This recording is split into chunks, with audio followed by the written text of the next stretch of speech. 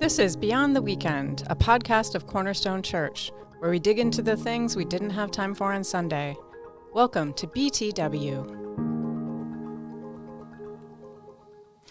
Welcome to this week's episode of Beyond the Weekend. I'm Mandy Fowler, Director of Spiritual Formation for Cornerstone Church, and today my guest is Pastor Steve Place, who's pastor over at our sister church, Faith Community Church of West Michigan. Welcome, Steve. Well, welcome. Well, thank you for welcoming me, Mandy. Steve sits on our teaching team, and he wrote this message from week 4 of More to the Story, where we branch out a little bit. We've been pretty stuck on creation story and Adam and Eve we've been sitting with for a few weeks now, and now we move into some other characters that join us on the scene. Cain and Abel, their sons, and things don't go great. No. The population is start. exploding. Yep. It's exploding. Yeah, 2 more people. Yep. But where 4 or more are gathered, there seems to be problems. Yes.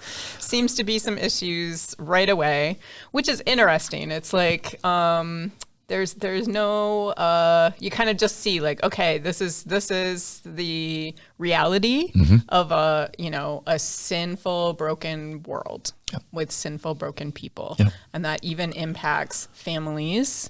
So if we kind of zoom out a little bit and don't sit and think about who they married and, like all of the questions that are like our Western brains want to get into, and just think about what we can glean and what we can learn about God from this strange little story. And his relationship to humanity. Yes. And our partnership with him. Yeah. And as desperate as he wants us to be in obedience to him right away. We've had 2 stories that indicate that that's apparently difficult for the human race to do. And that shouldn't be a surprise to us. But. Right. Well, and we were talking a little bit beforehand about how we're kind of just dropped in almost into the middle of the story. Like they're already seemingly adults and young men and have careers. Yeah, they've got jobs. They're, they're living their lives, and we're sort of dropped into the story. And when that happens, we tend to make a lot of assumptions or, about what we do or don't know. Yeah.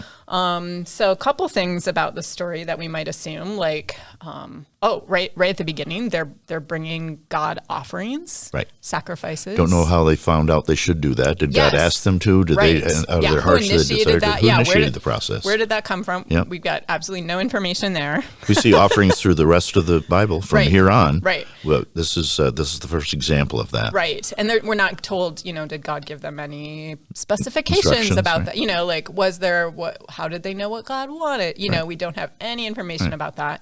And then also like an assumption that we realized we were all kind of making, which is the traditional reading of the story, which is that that Cain brought clearly a worse offering, a lesser offering. We just make that assumption based on, just seeing that God, it says, looked with favor on Abel's offering, but not with Cain's. With no indication of what that means. We have absolutely what the favor.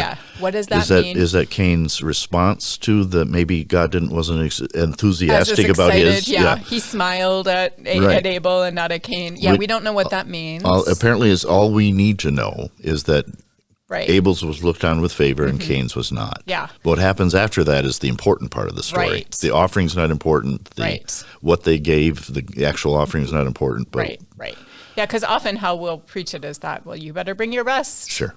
You better bring your best or God won't be pleased, which is not actually what the story is telling us. And that's not the character of God that we've learned in the first 3 weeks prior to this either. Right. So what's interesting is when we start to get into what happens next. So Cain's response is to be angry, to be downcast. Mm-hmm. Do we think this is the first time that Cain has been jealous or upset with his brother?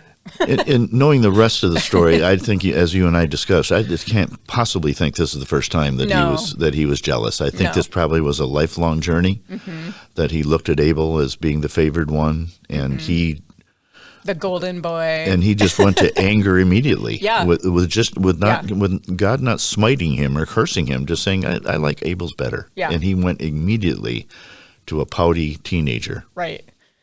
Angry teenager. And we don't even know if this was even like, was it even just his perception that God, Right. So it could all just be in his head for all we know. We don't know. The point is his response then is what's significant, because he has a crossroads. Yes.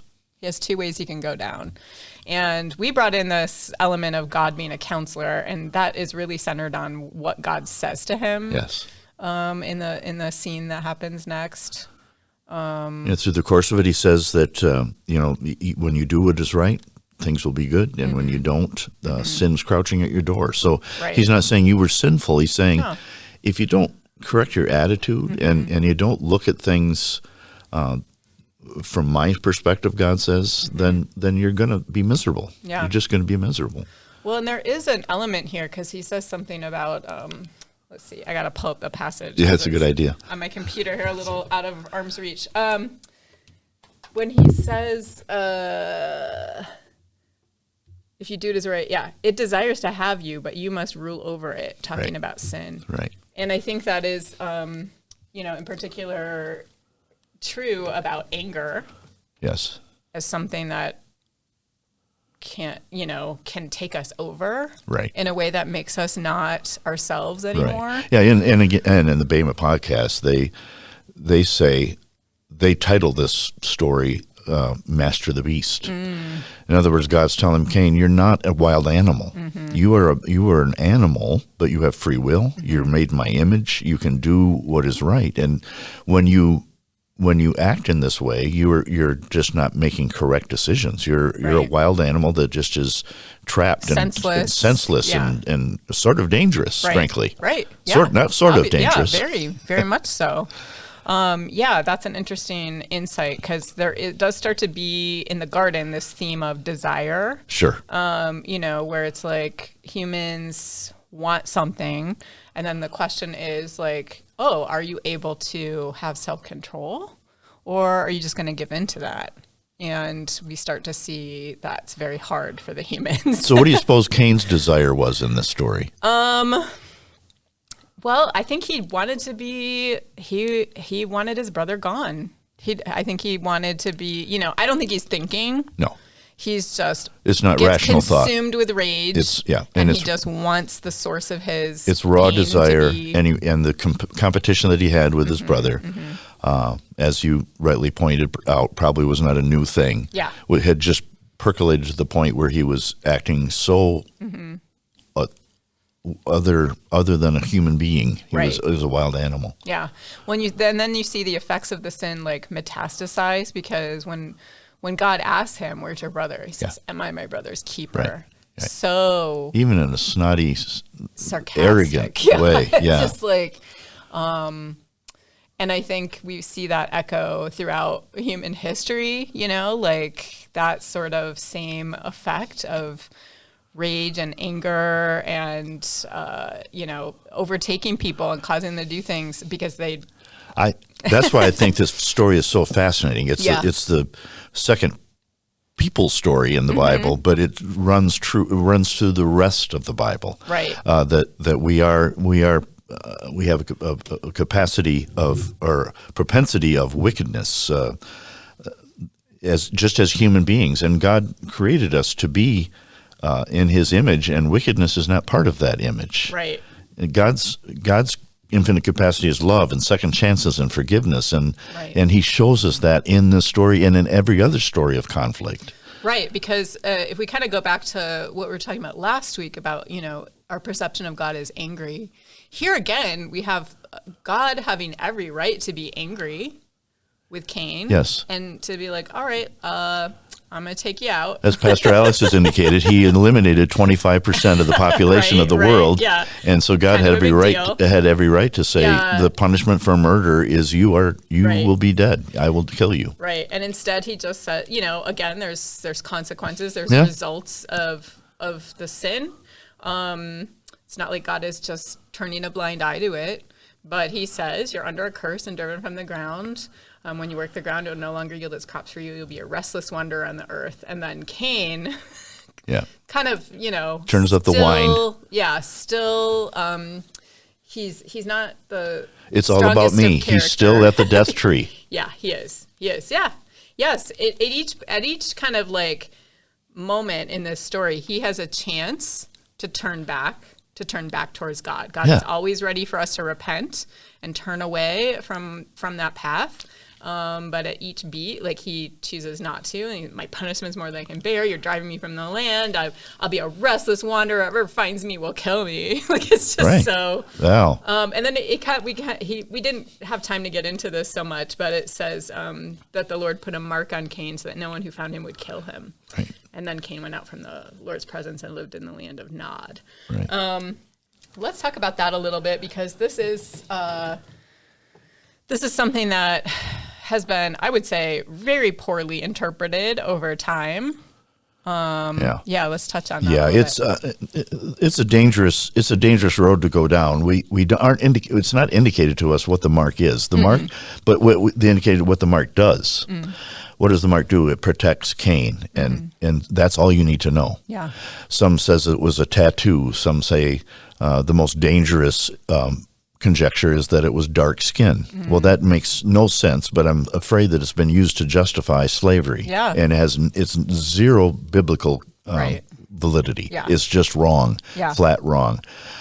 First of all, why would the black skin be a protector of a human being, where in history that's been the opposite? So that just doesn't make any sense. Right. It's supposed to protect him from anyone killing him, and that's not been when we project our own thoughts, and we've talked about Eastern and Western thoughts, but I'm thinking our modern ears or thoughts into that. It's a dangerous way to go. The only thing we need to know, and a humorous one, is that somebody had said that it was a baldness that he was inflicted with, and being a bald person, I take great offense at that. Maybe it was a scar like Harry Potter. Oh, there you go. So the point being, it could have been could have been a Hello Kitty stamp. It doesn't matter. Right. It's just that whatever it was, it protected Cain, and we see redemption in Cain, and that is the nice part of that story, is that through all of that, and God protecting him with that mark, because he probably very well could have been killed. But he was able to build a city. That's not the Cain that we read about when he was saying, "You've persecuted me is beyond what I can bear." Right. I'll be a restless wanderer. A restless wanderer. He's now establishing a city, was the opposite of being a restless wanderer. Right. Well, and just to circle back a little bit to about the curse, to your point that you made before we started recording, there's no indication that it went on to his descendants. No. It was just for him. Exactly. So it just completely, we just want to make sure that is a absolutely unbiblical reading. So, and as we go through the rest of Genesis, we I think by now, through 4 weeks, we figured out that figuring out the what is this is so inconsequential. Right. What was the offering? Inconsequential. What was the mark? Inconsequential. We just know that the offering was an indicator of Cain's attitude. Right. The response is what is the important part of this story. Yeah. The response to God's correction, and the every time, and I still like the illustration of the trees. Every time God presented him standing over at the tree of life, the tree of partnership, saying, "Cain, I'm right here. All you have to do is turn around and walk over here, and everything will be good." Yeah. And Cain refused every time he got more firmly implanted next to the tree of death, or the tree of independence, or the tree of I am for me. Which I think, very much mirrors kind of real life. Often if something happens to us, and let's say just for the sake of saying that it really was unfair. Sure. Let's say it really was an unfair situation. He brought an incredible array of fruits and vegetables from his garden, and God, for whatever reason, didn't show enthusiasm over it, and it really was unfair. He has a choice, and he has time. Most of the time, when something happens to us in our lives that we feel is unfair, why would God let that happen? We have a choice about how to respond, and are we going to lash out at God and lash out at other people and allow our emotions to turn us into something more of like a beast? Yeah. Or are we going to pause, regroup, turn our face toward God, ask for help with, and it could be something genuinely unfair, because life is unfair. It could be, but it's also, let's look at the immediacy of the response of Cain. It's almost like he knew he was going to get discounted. Because he immediately became angry and downcast. That leads me to believe that it wasn't God's response. It was he knew if I don't get 100% approval on this, then I'm going to be mad. Yeah. And I'm going to be a wild animal. I'm going to be uncaged. I'm going to be dangerous. Yeah. And so you're right. It was unfair, but his response, and it speaks to us in 2025. Yeah. When I see people that are flourishing, that are doing wrong things, I can let that anger seep into my life and make me more bitter, or I can say, that's not me. Right. That's not my job to figure them out. I see a marginalized person over here that deserves more than they have. That's where I need to concentrate. Yeah. Yeah, so it is interesting. I love the way that we're taking these stories and kind of pulling them out of, the pages of our children's Bibles, and kind of pulling them into everyday life and really understanding how much of our everyday life these stories really represent, of just life in the world, life with God, life with other people. Sure.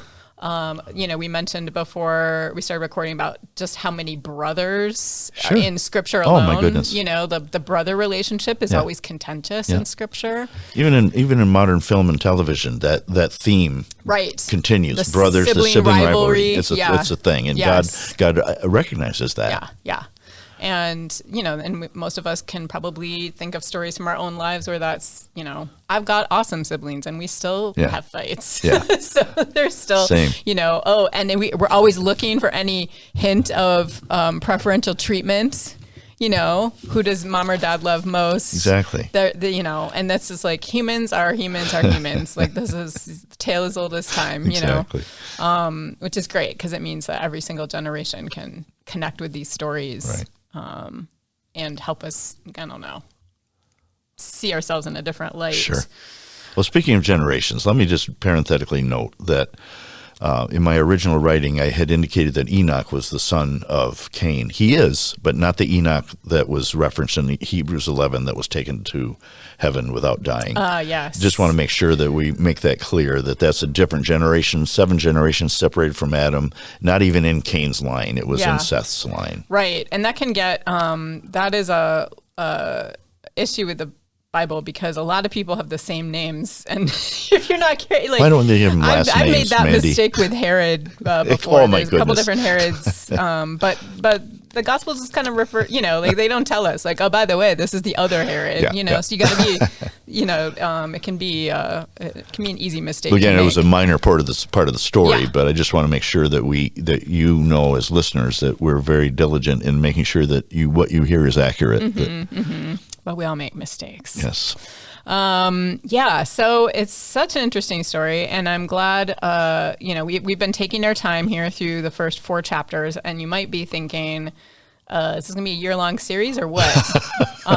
Thankfully, no, because not every chapter, now we start to get, we've had a small amount of people. Yeah. Now more people show up. A lot more people show up. Things get a lot more complicated. So this is kind of our last sort of early But isn't Genesis. that beautiful how many insights into God's character that we've learned, and there's only 4 people on the face of the earth. Yeah. And how many imperfections that we have. Yeah. And there's only 4 people on the face of the earth. We can relate to these stories just as if they happened yesterday. Right. Yeah. Yeah. And I've been struck by just how many things we're able to pull out of these stories. That, I would have said, I can't learn anything new from those stories. Because you're right, we remember our children's Bible versions of them. Right. They were a page and a half with a picture, and you move on to the next one. Yeah, and those pictures are emblazoned in our minds, and we think we get the takeaways of them. So this is just such a encouraging, I think, exercise in being able to revisit those and see it's endless. The amount of things you can learn about God are truly endless. So we'll be moving into later chapters of Genesis now. So just wanted to let you guys know where we're at as we move into week 5 of the series. So, well, thanks for the conversation, Steve. Well, Mandy, I enjoyed it every time. And hope you join us next week. We'll see you next time.